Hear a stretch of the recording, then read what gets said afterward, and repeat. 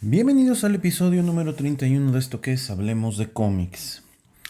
Y en respuesta a uno de ustedes que hizo un comentario en el video, creo que fue el número 29, el día de hoy vamos a platicar sobre algunas de las muchas versiones que existen de Spider-Man. Así que sin más preámbulo, comencemos.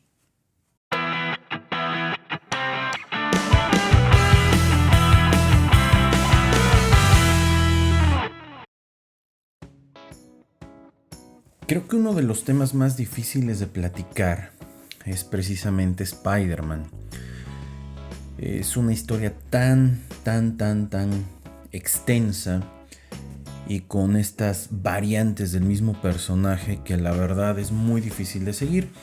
Obviamente hoy todo el mundo está muy hypeado con este rollo de las películas que está sacando Sony en animación y que tienen como protagonista a Miles Morales, que, para que de una vez lo sepan, no es mi personaje favorito, no es ni siquiera un personaje muy de mi agrado, pero lo vamos a comentar acá y también les diré por qué no es un personaje de mi agrado. Así que comencemos por el comienzo. El Spider-Man original. El Spider-Man de la Tierra 616, ¿no? Aquí si me llego a equivocar con ese rollo de las tierras es que seamos muy honestos, ¿no? Traté de hacer una investigación que no solamente apelara a mi memoria con respecto a estos personajes de Spider-Man o quienes han sido Spider-Man a lo largo de los años, y la verdad es que es un poco complicado hasta ubicar de qué tierras son en ciertos momentos.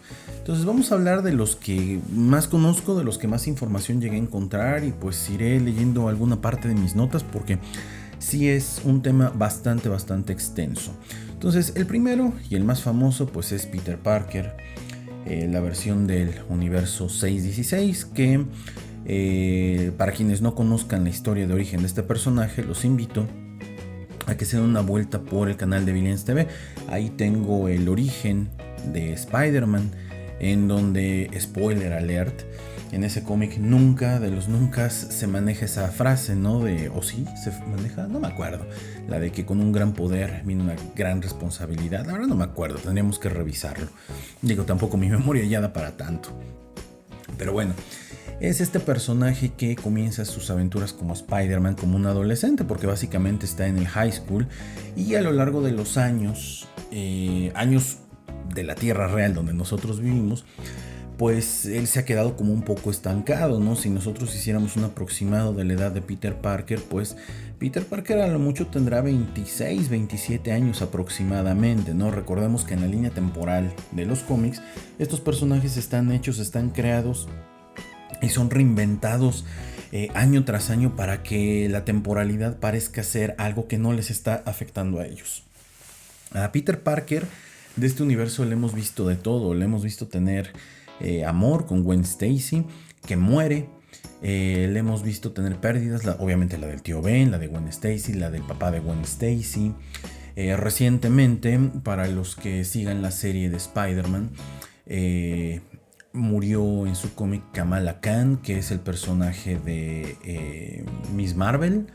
Y que bueno, en realidad creo que como que no a mucha gente le interesó ese asunto, y pues obviamente no la van a mantener muerta por mucho tiempo porque se viene la película de Marvels en el universo cinematográfico de DC.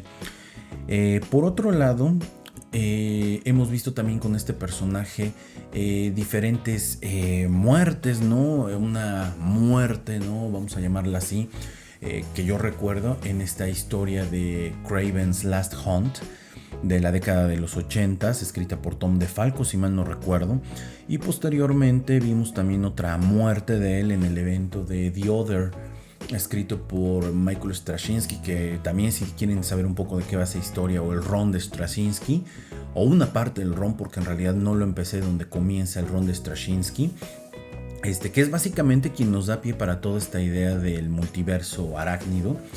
Lo tenemos en el canal de Villains TV, el video se llama The Other, si mal no recuerdo. Y bueno, también lo vimos morir a manos del Doctor Octopus en la última historia, ¿no? Que fue la que les conté en el video número 29 del podcast, donde en audio o video, depende de donde lo estén viendo, en donde vemos que Peter Parker muere y el heredero, ¿no?, del manto de Spider-Man pues se vuelve el Doc Ock. Para quienes no conozcan la historia, échense un chapuzón en ese episodio. Y bueno, posteriormente la famosa suerte de Parker, ¿no? En donde a muchas personas les encanta que este Peter Parker, una, no envejece y dos, siempre le está yendo mal y es tratar de sobreponerse. Ese es el Peter Parker más famoso que tenemos, creado por Steve Ditko y por Stan Lee. Posteriormente, en este mismo universo 616, está Ben Reilly, el famoso clon de Spider-Man, al cual, para quienes no conozcan bien la historia del clon de Peter Parker, que es Ben Reilly, los invito también a que vean ese episodio o que escuchen ese episodio. Creo que más bien escuchen, porque creo que ese no está en YouTube, o creo que sí, se llama La mala idea de los clones o algo así de los clones. Ahí les platico un poco de quién es este personaje. Si oyen perros ladrar, es que el vecino tiene un perro aquí al lado y entonces no deja de ladrar. Y bueno, el caso es que la primera aparición de este personaje es en el arco donde tanto Gwen Stacy como Peter Parker son clonados por el chacal de Jackal. Y bueno, en esta historia de los 70s, 60, 70, sí, 60, 70, si mal no recuerdo, nos cuentan cómo este personaje muere. Pero años después, Tom DeFalco y este equipo de pseudo creativos, a mí Tom DeFalco no me gusta para nada. Hay gente que dice que Tom DeFalco es la última coca del desierto. A mí no me parece. Por ahí debe tener algunas historias interesantes. Creo que en algunas historias de Justice League por ahí, creo que hay algo interesante. Pero no todo, sobre todo en Spider-Man. La verdad me pone muy de malas hablar de Tom DeFalco. Y entonces, deciden que es una buena idea en los 90s, cuando tienen todo este boom de las historias de Spawn, esta migración de dibujantes, escritores hacia Image Comics. Les parece una buena idea retomar este concepto del clon, y es donde aparece nuevamente Ben Reilly y se hace todo este rollo de la confusión, ¿no? En donde no sabemos si Peter Parker es Peter Parker, luego resulta que no, que es Ben Reilly, que luego Ben Reilly se convierte en Peter Parker y se convierte en algo sumamente confuso. Y bueno, para eso tenemos ese episodio de podcast en donde cuento la historia de inicio a fin, de cómo es que inició todo, terminó todo, debía terminar todo y cómo al final se volvió una gran confusión, que fue algo que decidieron olvidar en su momento. Por otro lado, vamos a hablar del otro personaje, el Peter Parker de la Tierra 1610. Esa Tierra 1610 forma parte del universo Ultimate. Esta versión de Peter Parker es escrita por Brian Michael Bendis y es dibujada, si mal no recuerdo, por Mark Bagley. Por lo menos una buena parte de estos Ultimate Comics de Spider-Man. Y bueno, estas historias se comenzaron a contar precisamente para traer una nueva generación. Primero comenzaron con el universo de Ultimates, que sería el equivalente de los Vengadores, escrita por Mark Millar, y no me acuerdo quién es el dibujante. Jonathan Hickman es escritor, Brian Hitch es el dibujante, si mal no recuerdo. Y bueno, nos presentan ahora la historia de Spider-Man también. Y en esta historia de Spider-Man vemos a un personaje llamado Peter Parker, con una historia muy similar a La mordida de la araña. Y vamos viendo cómo se va desarrollando la historia, muy similar a lo que nosotros ya conocemos, pero de una manera más sintetizada. Era un cómic que se publicaba, si mal no recuerdo, de manera mensual, y el run fue un run bastante amplio, creo que del año 2000 al año 2007 aproximadamente, y luego ahí se vuelve a sacar el cómic de Spider-Man, se vuelve a reeditar en un número 1, hasta que por ahí del año 2011 se decide matar esta versión de Spider-Man y hacer la primera aparición en Ultimate Fallout, si mal no recuerdo. Creo que es el número 3 o el número 4 por ahí. La primera aparición de Miles Morales como Spider-Man. De hecho, ese es uno de estos cómics bien interesantes, porque en la portada vemos un nuevo Spider-Man que nace a partir de la muerte de Peter Parker de este universo 1610. Y bueno, ¿qué es lo que encontramos con él? Pues de entrada es un personaje que en su momento fue un revulsivo. ¿Por qué fue un revulsivo? Independientemente de que me guste o no me guste, yo tengo que reconocer que el personaje tiene cosas interesantes, aunque a mí no me guste. Es un personaje que se subió en el tren de Barack Obama, básicamente, se subió en ese tren. ¿Y qué fue lo que pasó en ese tren de Barack Obama? Bueno, pues básicamente se empezó a hablar mucho de lo que antes eran denominadas minorías, que pues ya para esas épocas donde Barack Obama fue electo, pues ni las personas de raza negra ni los latinos ya eran minorías, al contrario, ya eran la mayoría, ¿no? De hecho, la minoría en Estados Unidos ahora es la persona caucásica, la persona blanca. Y entonces pues aparece este personaje de Miles Morales, ¿no? Que es un personaje de raíces latinas, pero con raíces también afroamericanas. Un personaje muy del Bronx y un personaje que le da cierto refresco a el personaje arácnido. Le dan una nueva personalidad, un nuevo traje, un origen muy similar, porque esa es la realidad, tiene un origen bastante similar al de Peter Parker, aunque a la gente no le guste reconocerlo y diga que bueno, es muy original. No es cierto, es un origen muy similar. ¿Qué tiene el cómic? Se empieza a publicar en el año 2011 y empieza a causar un revuelo muy fuerte, porque pues nadie creía que este personaje iba a tener el éxito que tiene en este momento. Cuando nació se vio envuelto en una serie de polémicas muy fuertes al considerarlo un personaje de inclusión forzada. En ese momento ya se hablaba de inclusión forzada en Estados Unidos, no así en Latinoamérica. Y entonces pues fue un personaje que recibió muchos golpes. A mí en lo personal no es el personaje de Spider-Man que más me guste. Me parece un personaje bastante tetefo, ¿no? Le vamos a decir así. Que me parece que abusa demasiado en los miedos para poderse desarrollar como Spider-Man. Por ahí cuenta la leyenda urbana, ¿no? Que este personaje está creado a partir de uno de los hijos de Brian Michael Bendis. Que creo que es adoptado, si mal no recuerdo, y que bueno, Brian Michael Bendis pues trató como que de darle esta identidad, ¿no? Muy similar a la del hijo que él tiene, lo cual me parece bastante loable, pero a mí al final del día no es el personaje que más me guste ver. De hecho, cuando el universo Ultimate se planea desaparecerlo con la colisión en Secret Wars escrito por Jonathan Hickman, la pregunta que subyacía era, bueno, ¿qué van a hacer con Miles Morales, el personaje más popular y el personaje que más vende de los cómics Ultimate? Y se determinó que en este evento de Secret Wars, él iba a hacer algo impensable, él iba a ganarse su propio lugar en el universo 616.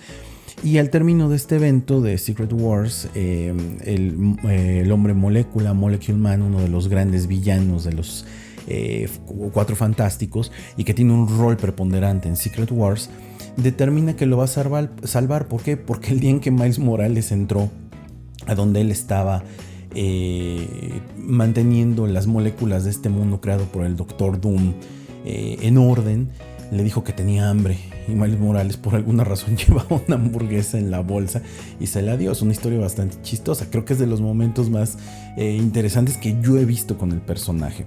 Pero previo a esto, bueno, la verdad es que las historias de Miles Morales en ese universo son un refrito todavía más sintetizado de lo que ha sido la historia de Spider-Man. A mí, por eso es que no me gusta. Y que después en el universo 616 lo trataron de convertir en el Spider-Man principal, mientras Dan Slott convertía al Spider-Man de Peter Parker en un personaje que iba a estar más en un mundo tipo Tony Stark. Y pues no me gustó tanto, porque además creo que Brian Michael Bendis como que le perdió un poco la magia.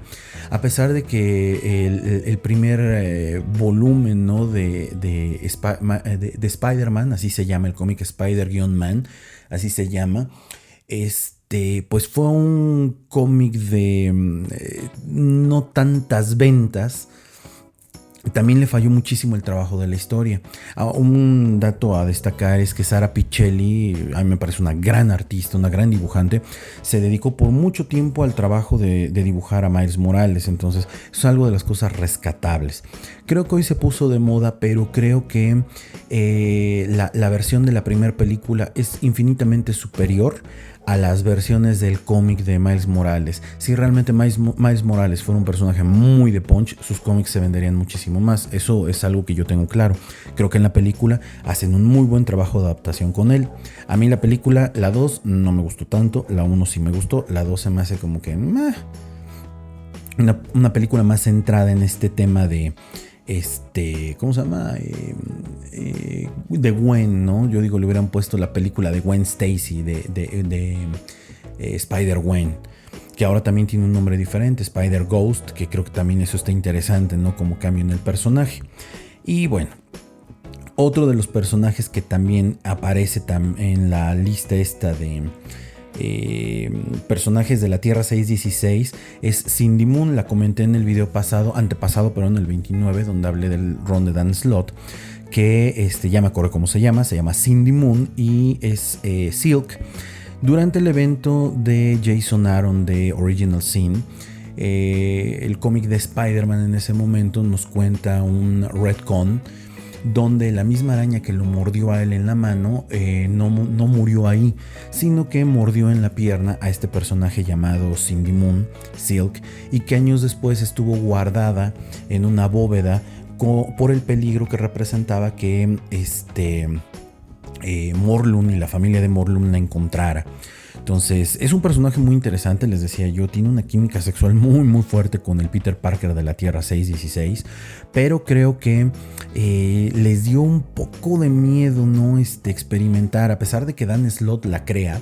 Creo que le da miedo experimentar porque se le salió un poco de las manos el tema de lo sexual. Por lo menos los números donde aparece ella en el run, sí que es creo que la cuarta serie de Spider-Man o la tercera serie de Spider-Man, pues se le salió un poco de las manos y como que alguien le ha de haber dicho, güey, mejor vámonos por otro lado.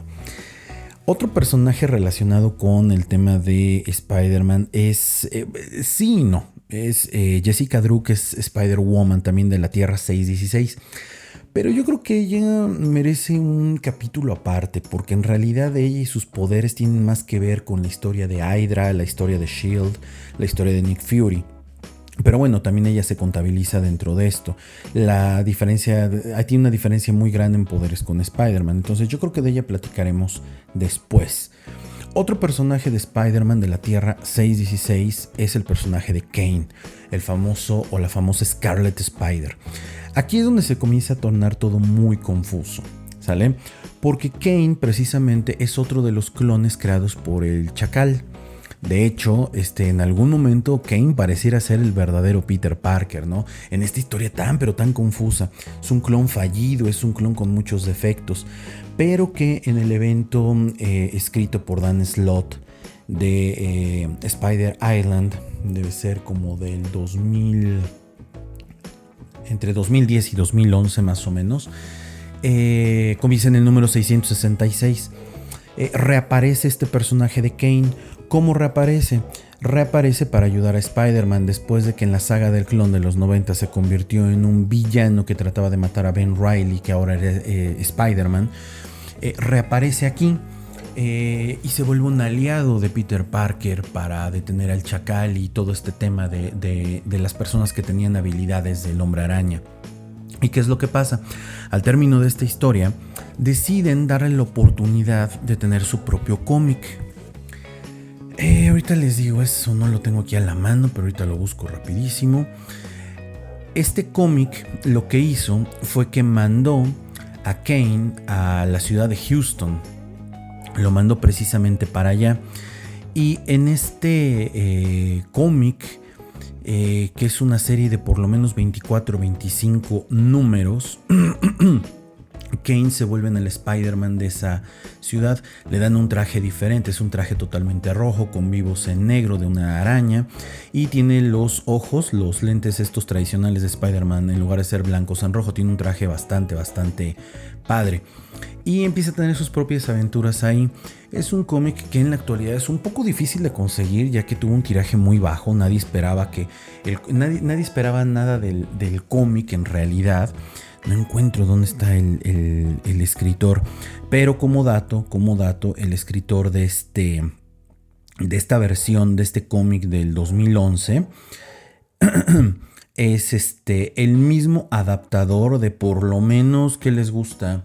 Un 70-75% de la serie de Avengers Earth Mightiest Heroes, que salía en el canal de Disney. No sé si la recuerdan. ¿Cómo se llama? Chris. Era Chris. Déjenme buscarlo rapidísimo. Bueno, es este escritor, ¿no? Bastante bueno, que logra entender la esencia del personaje.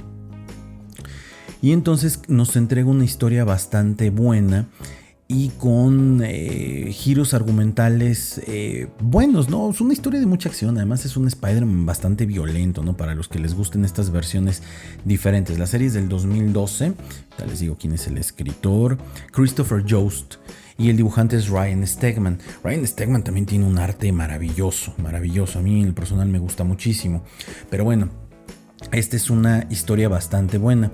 ¿Qué es lo que le pasa al personaje después? Se empieza a perder el interés.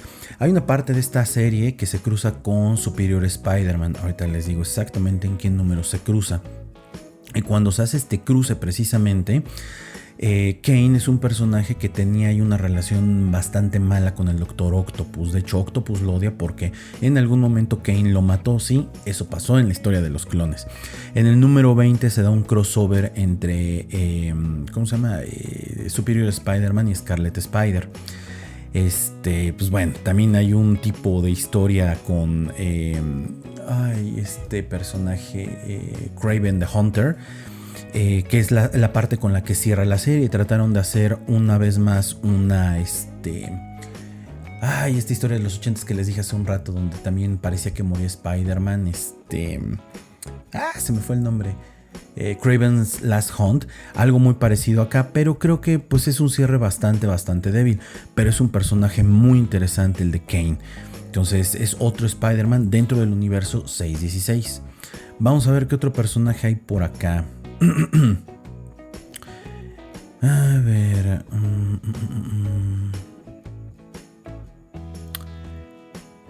Bueno, a lo largo del Age of Spider-Verse se nos presentan algunos personajes, diferentes realidades, ¿no? Por ejemplo, hay una versión del Spider Assassin, que es una versión entre Wolverine y Peter Parker, pero realmente no se ahonda tanto en él. Está este personaje del Spider-Monkey, que es una versión hindú, si mal no recuerdo, de Spider-Man, que a mí en lo personal se me hace como muy fuera de lugar, y una versión, es como lo de Spider-Ham, ¿no? A lo mejor para los niños está padre, ¿no? Pero a mí en lo personal, como alguien que colecciona cómics y le gustan, se me hace una historia bastante X en la vida. Está también esta historia de Spider-Girl, que es May Parker, que es la hija de estos dos, ¿no? De Mary Jane y de Peter. La verdad es que de ella nunca he leído nada de ella, pero pues he escuchado que es una historia buena. Es una historia que salió en los 90, si no recuerdo, finales de los 90. Pero bueno, será cuestión de que les averiguara un poco. Estoy haciendo un listado. Tenemos también, por ejemplo, el Spider-Man 2099, que aparece precisamente en la versión de esta película, ¿no? Que acaba de sacar Sony. Creo yo que esta versión de Spider-Man 2099 es una versión bastante interesante. Les voy a contar por qué. Spider-Man 2099 aparece por primera vez en un número especial de bueno, no es un número especial, es un número dentro de la continuidad de Amazing Spider-Man.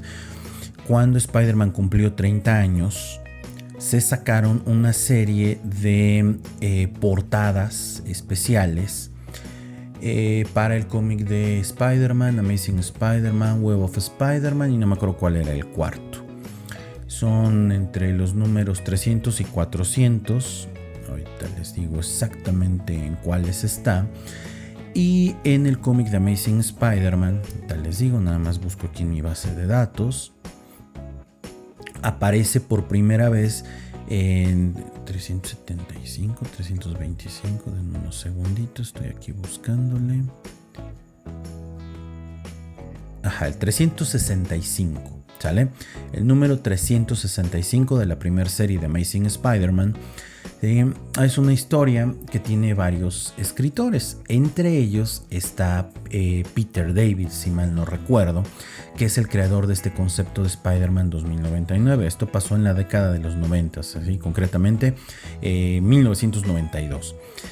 Y lo que trataron de hacer en estas versiones 2099 fue crear un universo de los superhéroes que se llevara a cabo en el año 2099.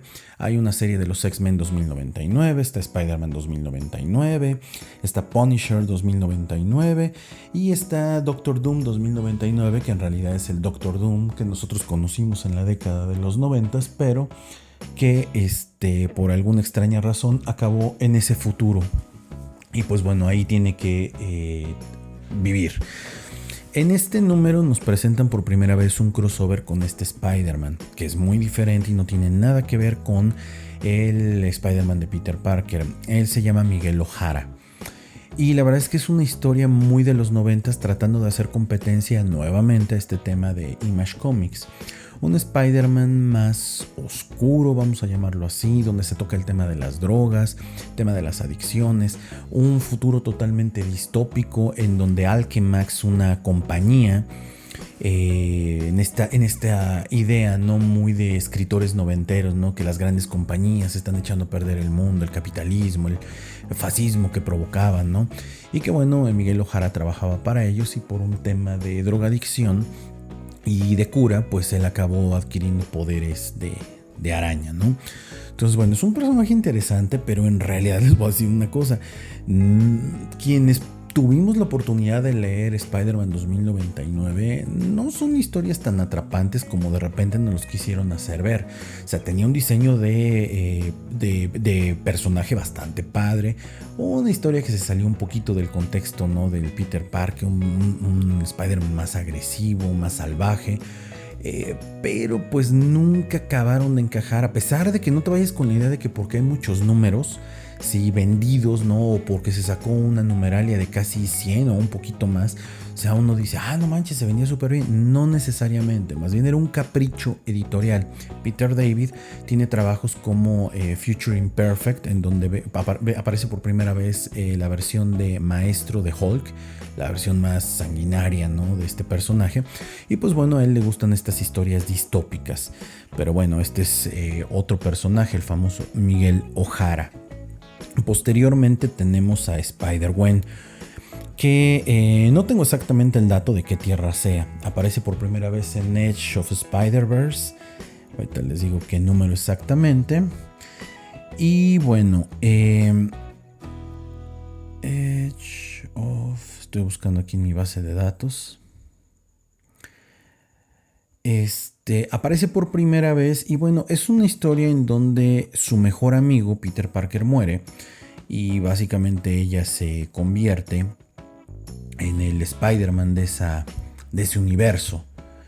Entonces son historias muy similares a las que tuvo Peter Parker.